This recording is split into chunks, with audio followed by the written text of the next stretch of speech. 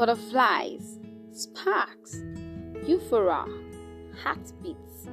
Love is much more.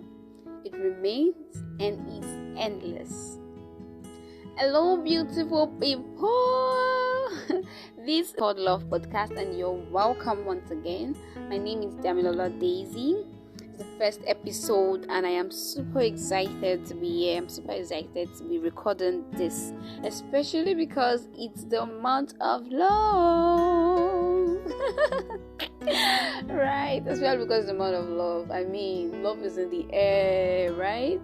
If you're not feeling it where you are, maybe because of the Naira struggle, some people are probably not feeling the love in the air right now. People cannot even get money, so they're not seeing the love at all, right?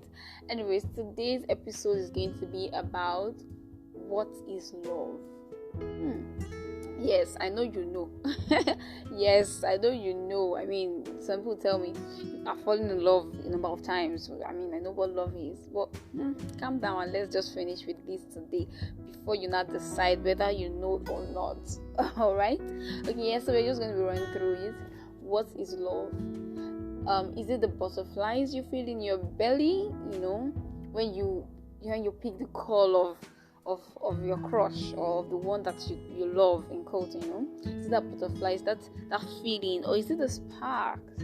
Is it the fast heartbeat when somebody you really like is walking towards you and your heart is like you want to pump out of your chest? Is that what love is? What exactly is love? I mean, to start this journey of love, we need to know what it is, right? I mean, we call this the journey called love, right? So we need to know what is this love that we want to, that is a journey. What is this love about, right? And that's why I am recording this as the first episode of this particular podcast. So I know that you've heard so many times that, in fact, 1,000 of times, different definition, different ideas, different ideology. Love is feeling, love is this, love is that. Even the Bible has so many things to say about love. But I'm going to be sharing with us today a summarized definition, something that just puts all of the things you've heard together.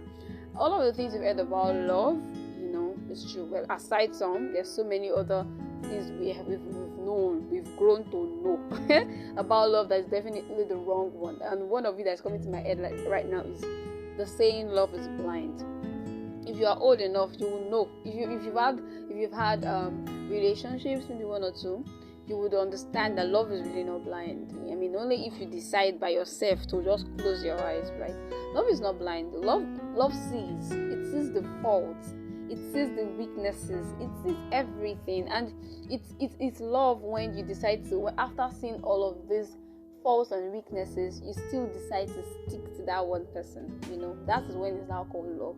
So it's not like love is blind or love is stupid, or when you're in love you have to act like I remember somebody saying that when you're in love, it's like somebody has your mumu button.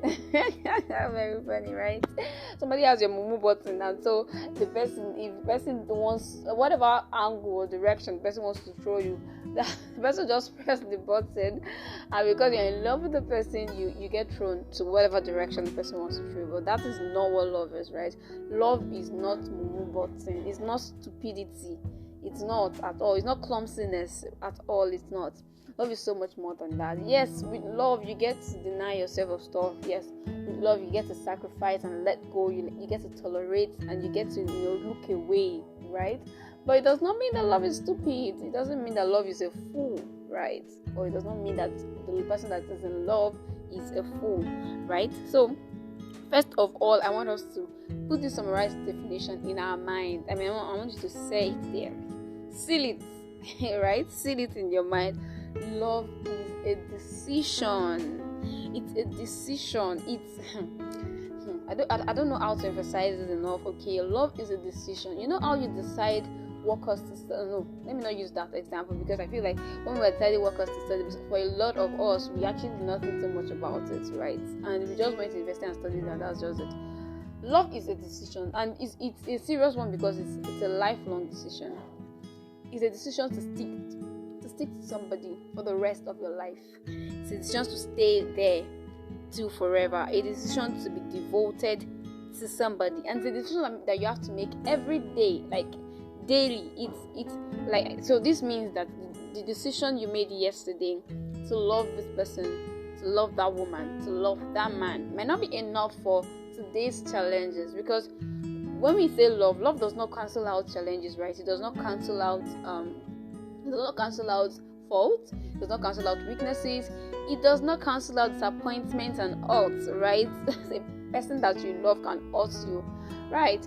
But what it does is that it decides every time to, I'll be with you regardless.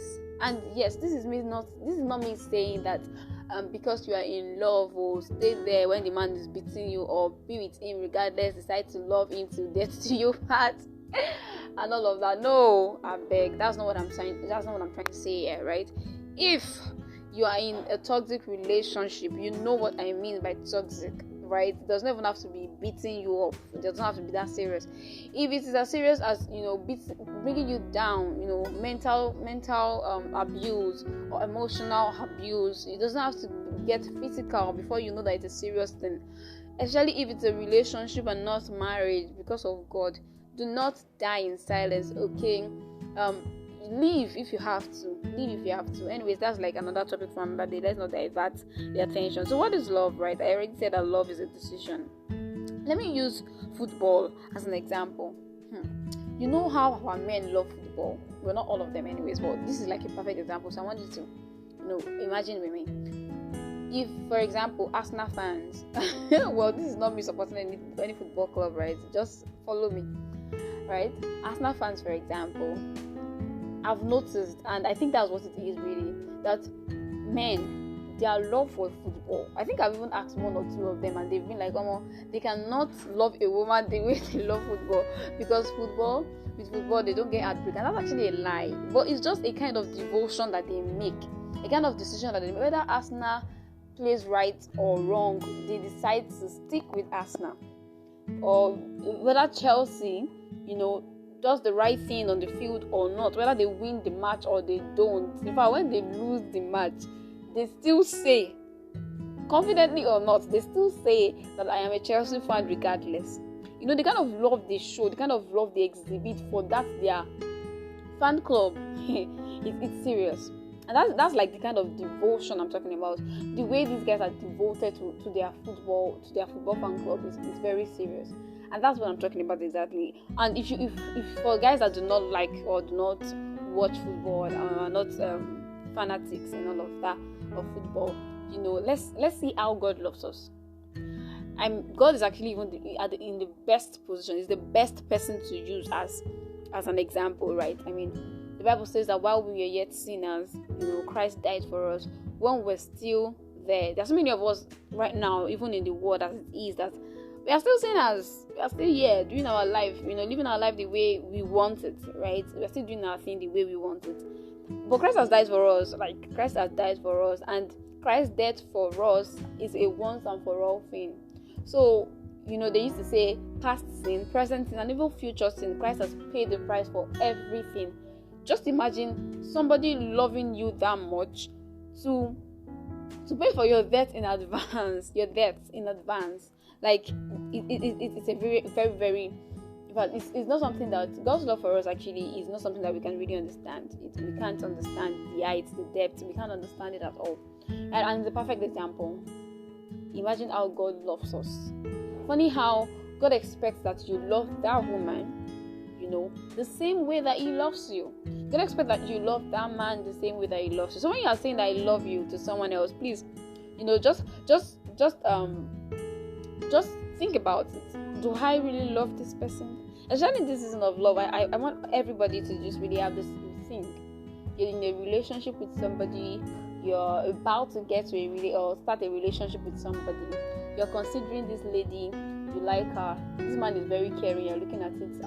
I like this man. Do you really love him? Is it really love? No, if we remove the feelings and the butterflies and the sparks and everything, is there going to be anything else? Will you still decide to be with this person? You know how they say you can be in a relationship with somebody. When you're in a relationship with somebody, you are going to find thousands of people that are better than your partner, like way better. All right. So what is that? What is making you have, or are you really going to make that decision to stick to that person if the feeling is out of the way, right? And that is when you decide whether or not you love somebody. So love has some attributes, right? Love has attributes. How do you know that you love somebody? How do you know that somebody loves you? There are a lot of ways to tell that, right? First of all, love is patient. I know you've heard this. I know all of this I want to say are not something you've not heard, right? But I want you to think about it again, especially in this season of love, right? Love is patient. How patient are you with your boyfriend or your girlfriend or your spouse, whatever word you choose to refer it, however you choose to call it?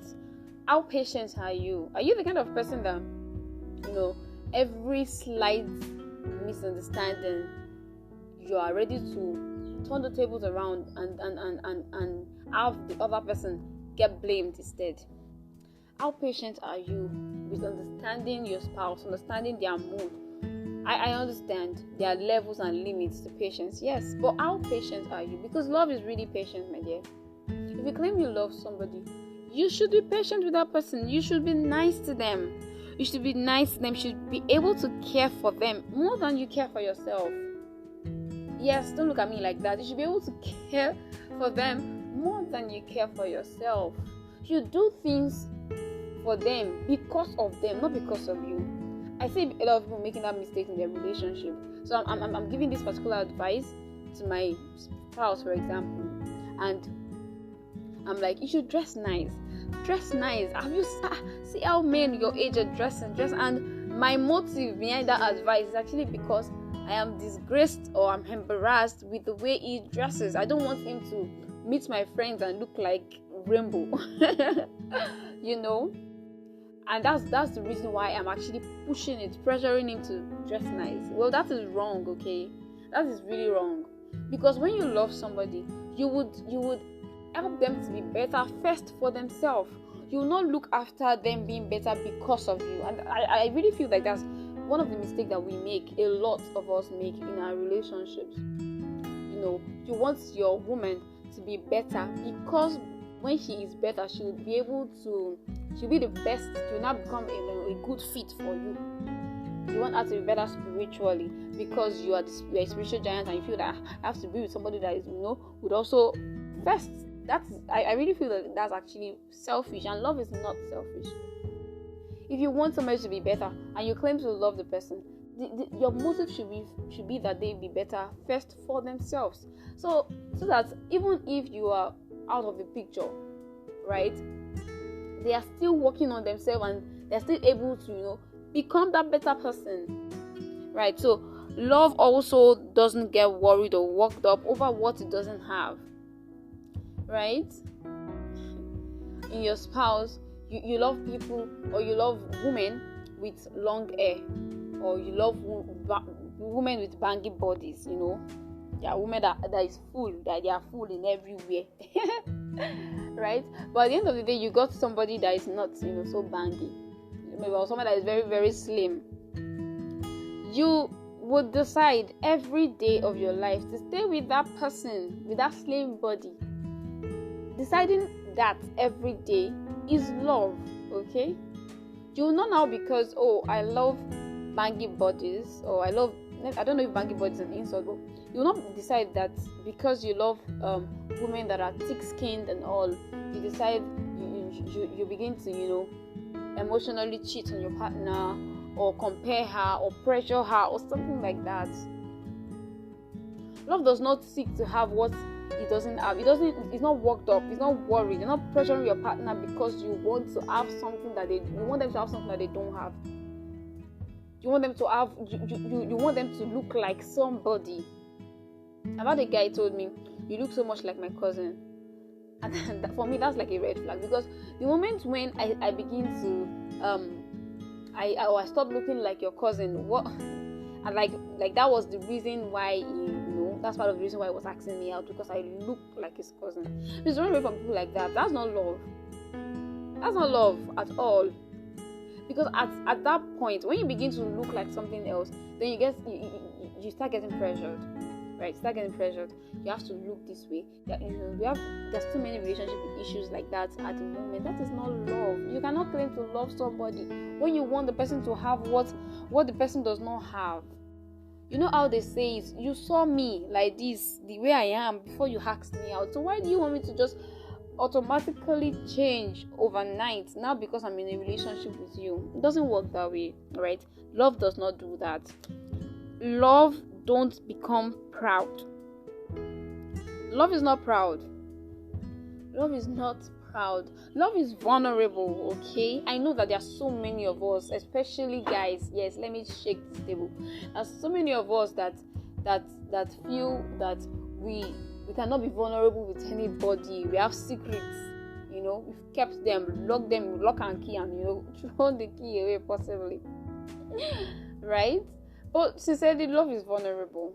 And see, this is why I understand you could get hurt if you are too open to somebody. There's a higher tendency of getting hurt and what have you. But this is also why you should be with the right person, okay? This is also why you should choose to love somebody that loves you. I don't know if I should put that way.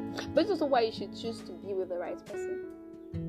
Choose to be with the right person, because you have to be vulnerable. That's what love is. Love does not keep secrets, okay? Love is trustful, full of trust. Love is also truthful. See that lie to me, if the truth will break my heart.